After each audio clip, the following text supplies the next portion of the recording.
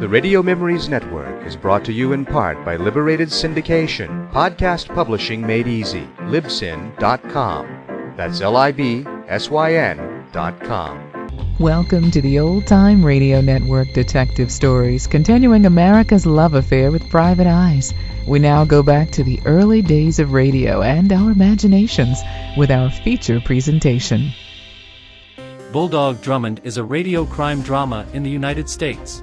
It was broadcast on Mutual April 13, 1941 to March 28, 1954.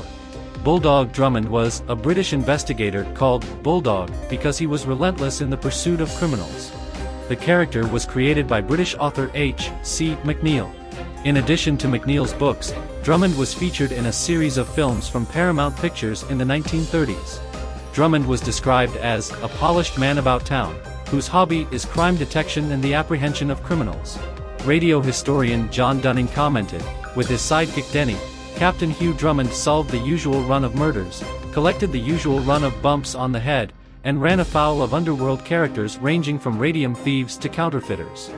In a 1948 column in the Oakland Tribune, media critic John Crosby called the program the first of the more successful exemplars of radio espionage and intrigue. One notable aspect of Bulldog Drummond was its opening, which evoked a London ambience with footsteps, a foghorn, shots, and 3 blasts of a police whistle. Following the sound effects, an announcer introduced the program with the line, "Out of the fog, out of the night, and into his American adventures." Now for this week's episode of Bulldog Drummond.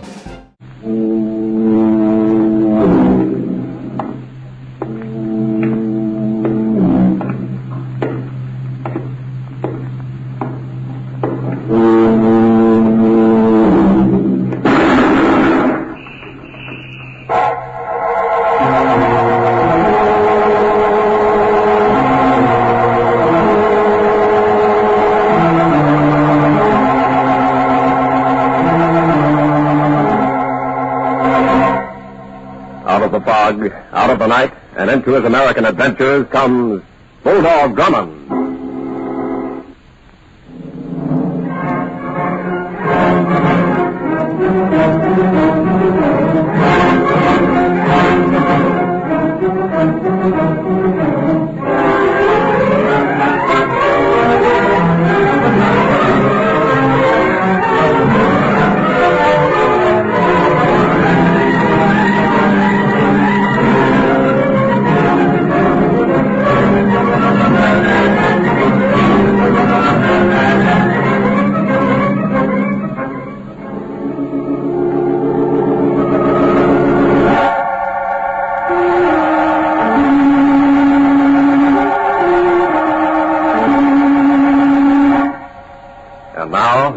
About our newest adventure, here is Bulldog Drummond. I call this story Death on the Diamond.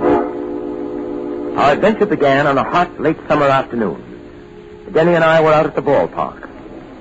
The first of a crucial 3-game series was being played between the Green Wings, the local team, and the visiting Blue Jays. The league pennant was at stake. Oh, my word, Captain Drummond, that was quite a stroke. Line drive, Denny. Look at that ball go. Oh, dear, that man out there stopped it. Isn't that a pity? Denny, that's our team, the Green Wings. Oh, is that good? Yes. Fortunately, that Blue Jay player was held to a single. But the Green Wings are still in trouble. The Blue Jays have the bases loaded now. Yes, they do look kind of heady. Denny, when I say the bases are loaded, that means there's a Blue Jay player on each base. Oh, I see. Then I suppose we really are in trouble. Oh, well, it's not that hopeless. The Green Wings are taking Roberts out and putting Johnson in to pitch. Oh, is that good, sir? Let's hope so. Twister Johnson is the Green Wings' star pitcher. If he can get this last Blue Jay batter out, the day might be saved. Oh, then I'm tooting for Johnson, sir. Rooting, Denny. Very well, sir. Rooting. And here's the first pitch. Oh, my word, that was quite a line drive. Did you hear the crack of that bat, sir? Denny, that wasn't only the bat you heard. What do you mean, sir? Oh, Captain Drummond, look, Johnson the pitcher, he's keeled over on his face. Come on, Denny, hurry. What's happened, sir? What's the matter with Johnson? The Green Wings are in real trouble now, Denny. Johnson's been shot.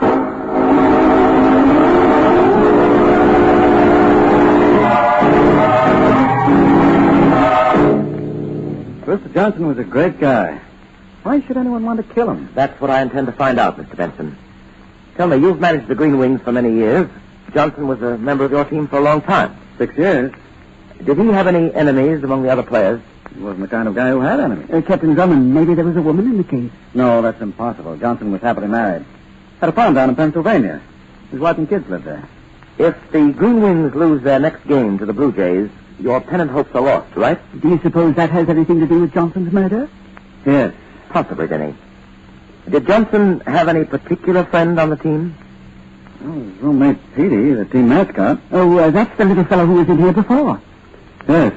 Petey and Johnson were great pals. Between seasons, Johnson used to take Petey down to his farm. They were like brothers. Well, thank you, Mr. Benson. That'll be all for now. Captain Drummond, if there's anything I can do... Will you send Petey in now, please? That's all right. It's a strange case, Captain Drummond. A pitcher shot to death in the presence of 30,000 baseball fans, and no clue, no apparent motive. Strange indeed. Denny, of course. What is it, sir? Of course. Johnson was shot in the back. Well, is that of special significance? Yes, it is, Denny. Johnson was nicknamed Twister because of his unique style of pitching. After throwing the ball, he had the habit of turning his body for a brief moment completely away from the batter. Yes, certainly, that's it. But I don't follow you. We were completely off the track, Denny. That shot didn't come from the bleachers. It came directly from somewhere in the grandstand behind home plate. The killer timed the shot with a crack of the bat. When the bullet struck, Johnson had whirled completely around. Oh, I see. But, Captain Drummond, how could a murderer in plain daylight in the midst of a crowd of thousands fire a gun undetected? Certainly, in the first place, he would have had to take careful aim in order to assure accuracy. Yes, he certainly would, Denny. Come in. I'm Petey. Mr. Benson said you wanted to see me. Oh, yes. Denny, close the door. Yes, sir. Sit down, Petey. Thanks. I hear you and Johnson were close friends. That Twister was the best pal a guy ever had. See, Captain Drummond, why did they kill him? Why? He was such a good guy. Yes, I know just how you feel. Nah, nobody can know how I feel. Nobody knew Twister like I did. I asked to see you, Petey, just because you did know Johnson so well. And because you two were so fond of each other. Now, you can be of real help to us. That is, if you want to see Johnson's murderer brought to justice. Yeah, you bet I do. I'd give anything. Anything. Good. Well, what do you want me to do? Just say the word. First, I want you to keep everything I say to you and everything we do confidential. Sure. All right. Now, our first job is to find out just how Johnson's murder was accomplished. And then we'll continue from there. We'll have to work fast. The Green Wings play the Blue Jays in Centerville tomorrow. Yeah, that's right. The team is making an 11:45 train tonight. Well, that should give us enough time. Time for what? You'll see, Denny. Petey, I want you to meet Denny and me here at this ballpark at 9 tonight. Okay. In the Green Wings dugout. Right. At 9 in the dugout. Come on, Denny. Where to, sir? You and I are going out in search of a motive for murder.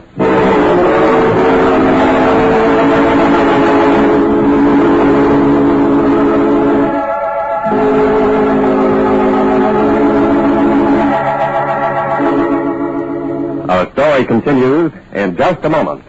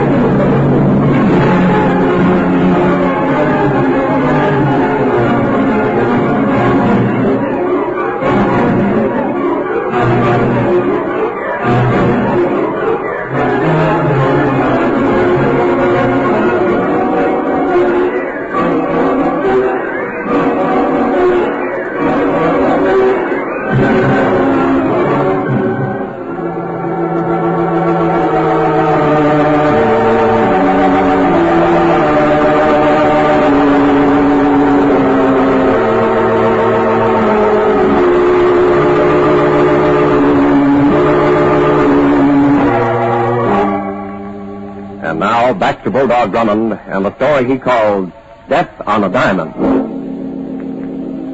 In a stadium with thousands of fans as witnesses, a baseball pitcher has been mysteriously murdered. Captain Drummond and Denny have set out to solve this strange case. Now, in the dark of evening, they slowly walk along a deserted, unlit alley.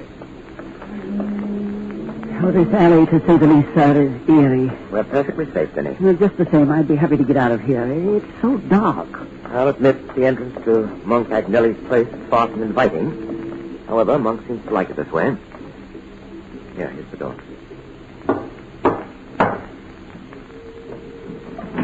Monk's at home. Good evening, Monk. Huh? I said, good evening, Monk. Oh, Captain Drummond, it's you. I didn't recognize you in the dark out here. Who's the guy with you? This is Denny. Yes, good evening, sir. Hiya.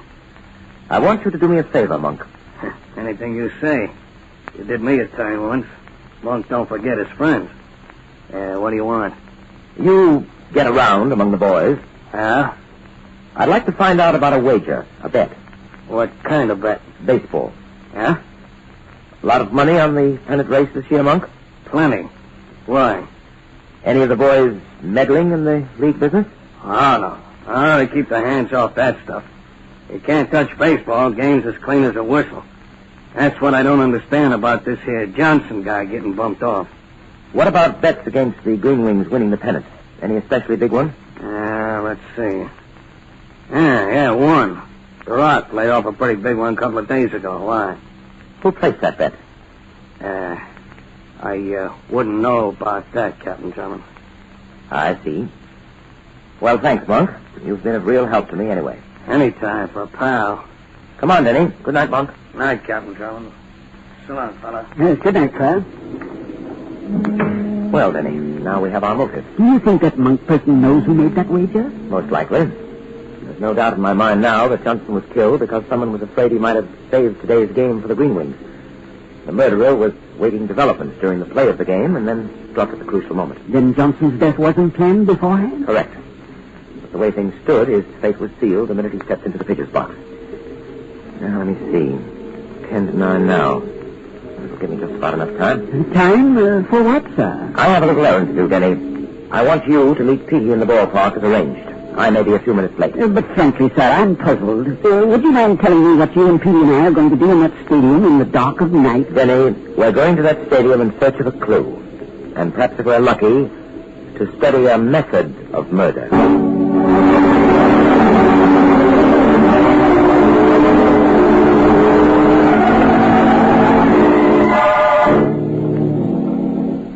Oh, my word, it's frightening in this stadium. I wish Captain Drummond would hurry. What time is it now, Petey? It's 5 to 10. Maybe you can come. Oh, he'll be here. Denny? I hope... Petey? Hey, I thought you'd never get here. Sorry to have kept your waiting. I was detained. But let's not lose any more time. You have a train to make, Petey. Yeah, we better hurry. All right, come with me. Where to now, sir? Right over here to the pitcher's box. Well, what do you expect to find there? Yes, there's nothing there. We covered the entire field this afternoon. So we did, Denny. But let's see what we can find in the moonlight. Here we are. Now, you two stand back. I don't get it. Stand back, please. Okay. Very well, sir. Now, let's see. Twister Johnson was standing right about here when he started his throw. He raised his arm. Captain Drummond, he was shot. Captain Drummond, Denny, stay back. Stay back. I'm all right. I'll crawl over to you. What's the here, sir? I'll help you up. I'm all right. Come on, we've got to work fast. Petey, you stay here. Keep your eyes open. If you see anyone, call out. We'll be up in the grandstand. Come on, Denny. Follow me.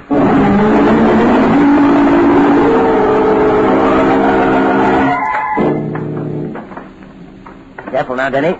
Quite a fall from this grandstand roof. Yes, I'll be quite happy to get my feet back on terra firma again. Well, this won't take long. Should be in this vicinity. There's the pitcher's box down in front of us. Direct your searchlight over this way. Yes, sir. Captain Drummond. Yes. Well, Denny, there it is. A pistol. Quite a neat setup, too, It's braced in the windpipe. And aimed straight for the pitcher's box. Look at this wire, sir. It's attached to the trigger. And these small electric batteries. And this wire leading away. This weapon has been rigged up to fire by remote control. Well, Denny, now that we have our method of murder solved, the next step is to find our murderer. By tracing this wire to the source of control? No. That'll take too long. By the time we accomplish that, another murder might take place. Another murder? Yes, and it's up to us to forestall it. Oh, but how, sir, and where? Denny, I've reserved a compartment for us aboard the train that's taking the Green Wings to Centerville.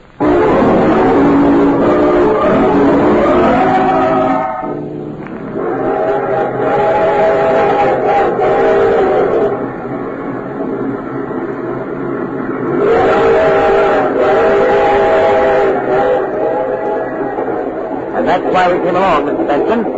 To try and prevent another murder. Captain Drummond, what makes you so sure there'll be another murder?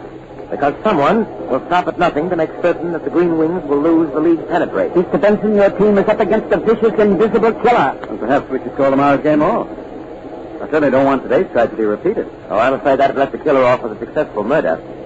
Besides, I believe you owe tomorrow's game to thousands of baseball fans. Yes, I guess you're right.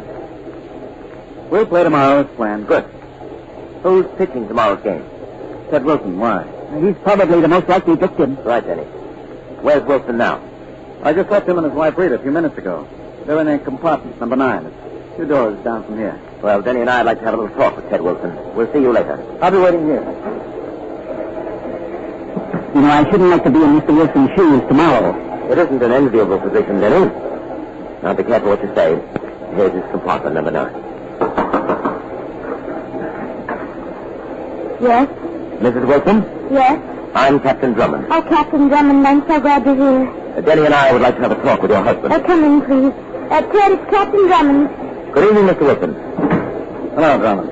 You know Denny Wilson? Yeah. Captain Drummond, Ted is going to pitch tomorrow's game. So I hear. Please persuade him not to. Please, I begged him, but he won't listen to me. Cut it out, Rita. Captain Drummond, he'll be killed just like Johnson. I know it. Cut it. Don't worry, Mrs. Wilson. Nothing's going to happen to your husband. Wilson, we're here to help you in every way possible. I don't need help.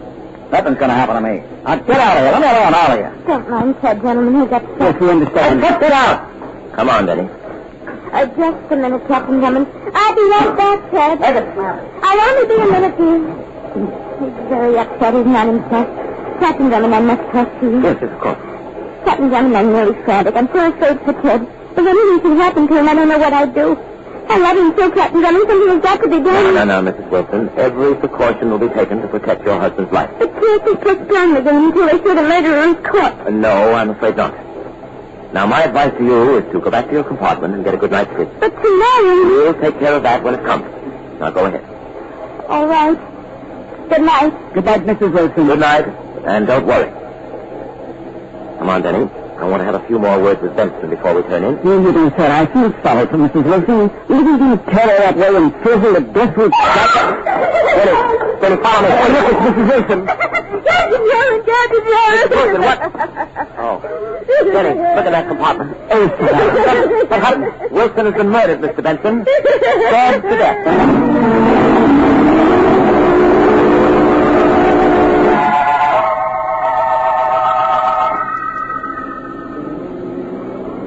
Captain Drummond, do you suppose there'll be another murder today in this baseball park? Well, it's more than likely there'll be an attempted one. Oh, dear, I hope we can intercept it. Well, the game's about to begin. Now, there go the Blue Jays out of the field. You know, sir, I still can't comprehend how Wilson's murder was accomplished. He wasn't alone in his compartment for more than a few minutes. Obviously, the murderer used split-second timing. But if he entered the compartment from the outside, I would surely have seen him. All during our conversation with Mrs. Wilson in the train corridor, I was facing in that direction. Yes, I know. And the compartment window was locked from the inside. Right. Then, how was it accomplished? Frankly, Denny, I'm not sure. But since last night, several things have occurred to me. Denny, I think we slipped up. Yes, how, sir? Oh, the game's on. There's Reynolds at bat for the Green Wings. Now, anything may happen, Denny. Keep your eyes open. No, I will, sir. You know, Captain Drummond, I admire the spirit of those baseball players in that game today. That's real courage. And sportsmanship. Come what may, they're not letting their fans down. My Lord, Reynolds. Oh, look. Reynolds certainly struck that ball. Looks like a homer for the Green Wings. Yes, it is. There it goes into the left field stand. Captain Drummond, look, Reynolds toppled over out there. Come on, out on the diamond. Oh, that killer is stuck again. Hurry, Denny, this way. Reynolds is lying so still, you're too late. That's the stick. There's Benson. Pardon me. Let me through, please. Pardon me. All right, men. Back to the dugout. Reynolds will be all right. The game will continue in 10 minutes. Reynolds isn't dead, sir. Here.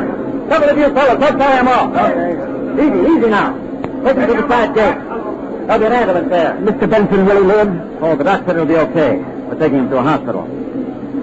Certainly had a horrible scare, Captain Drummond. They all thought it was another one of those murders. Just what happened to Reynolds? The doc said it was heat prostration. Heat prostration. That's what the doc said. Probably aggravated by the jitters. The whole team's got him, including me. Thank goodness it isn't what we thought. Heat prostration. Huh? Nothing. Well, I guess I'll be getting back to the dugout. You coming? We'll be there shortly. Okay. Come on, Denny. Yeah, where to now, sir? The Green Wings locker room. Locker room? Did you notice Reynolds, Denny? Well, not too closely, sir. Heat prostration is commonly accompanied by excess perspiration. Reynolds wasn't perspiring at all. Well, that's strange. Yes, Denny. A strange attempt at murder.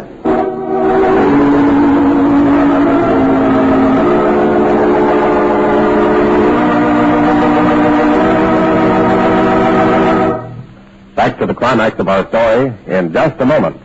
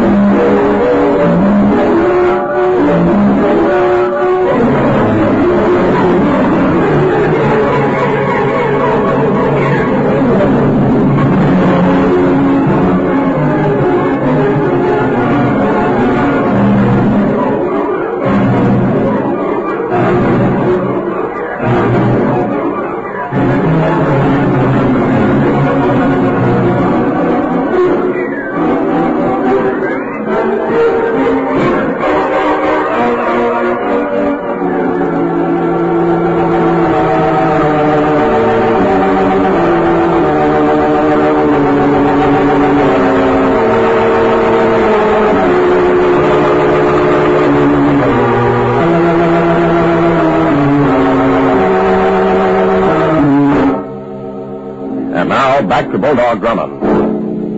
Two murders and a near fatality had plagued the Green Wings baseball team. In pursuit of a solution to the identity of the mysterious killer, Drummond and Denny alone searched the Green Wings locker room. Denny, Yes, Captain Drummond. look here. I found it in this locker. But, sir, that's simply a bottle of rubbing alcohol. Plainly labeled. Does this smell like alcohol to you, Denny? Well, no, it doesn't, sir. It's a poison. Poison? Reynolds didn't faint from prostration. He was almost asphyxiated. This liquid with which he was rubbed down before he went out in the field becomes effective as the body generates heat and stops perspiration. Oh, what an insidious plan. Whose locker is this? Daniels, the pitcher's. Then he's the murderer. No, Denny, no. That's what someone would like us to believe. This bottle was planted here for that purpose. Come on, we're wasting precious time talking. We've got to get out in that ball field before the game resumes. For all we know, the entire team may have been rubbed down with this poison. Reynolds was lucky. It might be safer for the next victim. Down, Denny. Yes, sir. Stay down. He's the killer. Quick, around this locker. It's Captain Drummond. I'm all right. That was close. You could only see who it is. We'll soon find out. We're lucky enough to get out of here alive. Now, listen, Denny. We'll try to make it to the door. This time, follow right after me. We're going to make a dash to that next line of lockers. Ready? Yes, sir, ready. Let's go. We made it so far. What now? Wait. But we better hurry. Denny, I believe our mysterious assailant has run out of ammunition. Quick now, follow me to the door. Now, Denny. We've caught the killer in his own trap. He's someplace in this locker room. The windows are barred, and this door is the only exit. What was that, sir? The murderer closing the door of doom on himself. But, sir, hadn't we better get out on the field before the game commences? Won't be necessary now. Gunshot solved that problem for us. Captain Drummond, what are you talking about? What happened? For a while, Mr. Benson, Denny and I were playing clay pigeons for the killer. The killer? Where is he? In this locker room. Here? Yes. I'll introduce you to him in a moment. First, order your men to the showers immediately. What? Reynolds was rubbed down with a poison substituted for alcohol. The same thing may have been done to your other players. And tell them to walk slowly, not exert themselves. Joe, quick, all the boys to the showers. Okay. Tell them to take it easy. Now, Captain Drummond, what about the killer? Follow me. Hey, what is this? Captain Drummond, why are you opening those locker doors? What is this, a game of hide and seek? Yes, in a fashion. What do you expect to find in those lockers? Benson, I promised to introduce you to the killer. Yes, but And there you are, Mr. Benson. As I told you, in a locker. Petey. Yes, it's Petey, sir. All right, come out. No tricks. Okay. You almost got away with it, didn't you, Petey? Yeah, and I would have if you two didn't stick your busy noses in. Sorry. But murder is our business. I can't believe it. And this isn't all, Mr. Benson. What do you mean? Here's another surprise coming now. Oh, the commissioner told me to deliver her to you personally, Captain Drummond. Rita Wilson. My thanks to the commissioner, officer. Yeah, we nabbed her just as she was getting on the train. Rita, you got me into this mess. You I don't know what this is all about. I demand to see a lawyer. Shut up, both of you. Wilson, I doubt if a lawyer will be able to do you any good in the state's case against you and Petey for murder.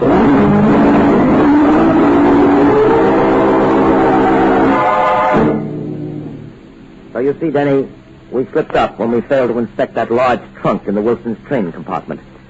Petey was hiding in that trunk. For a while, his small stature was an advantage to him in the game of murder. But he overplayed that advantage when he hid in the locker. Then he and Rita Wilson were in cahoots all the time? Yes, along with Ted Wilson. Ted Wilson? But Petey killed him. Why? Because he balked at murder. He was probably willing enough to throw a game here and there to make sure that he and Rita and Petey won the huge wager they'd made. But when it came to killing, he declared himself out. Then his partners in crime became wary of him. They decided it was best to eliminate Ted and split the winnings two ways. Well, anyway, sir, now Rita and Petey will pay for their horrible deeds. Yes, Benny, there's no doubt about it. When justice has 3 strikes on you, you're out.